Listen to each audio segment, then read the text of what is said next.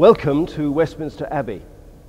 Set right in the heart of the government part of London, this church has seen the coronation of almost every English king and queen since William the Conqueror was crowned here on Christmas Day 1066. It's a royal peculiar, which means that it's answerable not to any bishop or archbishop, but those of us responsible for its life are answerable directly to Her Majesty the Queen. Today, the most visited place in the Abbey probably is here, the tomb of the unknown warrior. He was a British serviceman, unknown by name or rank, whose body was chosen to represent all those who died in the First World War. And he was buried here with a full state funeral in the presence of the King in 1920. Today, the tomb still features in our annual Remembrance Sunday service, when we have representatives of all the armed forces here. And also, whenever a visiting head of state comes to England, he or she normally lays a wreath here at this tomb. But now let us go on through the organ screen to the choir. The Abbey is a setting for all sorts of major state occasions, some of them rather sad ones, like a royal funeral, or also for celebratory ones. A few years ago we had a big major celebration here to remember the 60th anniversary of the end of the Second World War, here in the presence of Her Majesty the Queen.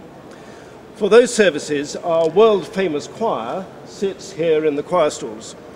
But they're also here every day, because we have a worship of Almighty God takes place every day here in the Abbey. When the Queen and the Duke of Edinburgh come here for a service, they sit in front of the high altar on one side there, and we have to cover the whole of that area with a carpet, because underneath there is an extraordinary piece of artwork known as the Cosmati pavement. Our consultant archaeologist, Professor Warwick Rodwell, can tell you much more about that than I can. The Cosmati pavement is significant because it is unique in this country. It is a large, relatively well-preserved pavement. Most of the original mosaic work is still there.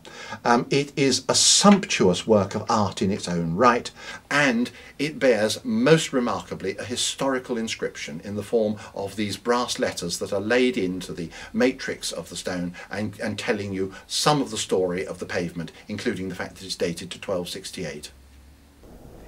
The first abbey was built by Edward the Confessor, who was King of England from 1042 to 1066.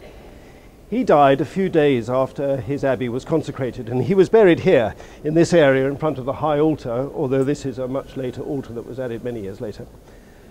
About 100 years after his death, he was declared to be a saint by the Pope, the only monarch of England ever to be honoured in that way. And later on, his body was moved to the shrine, which is behind the high altar here.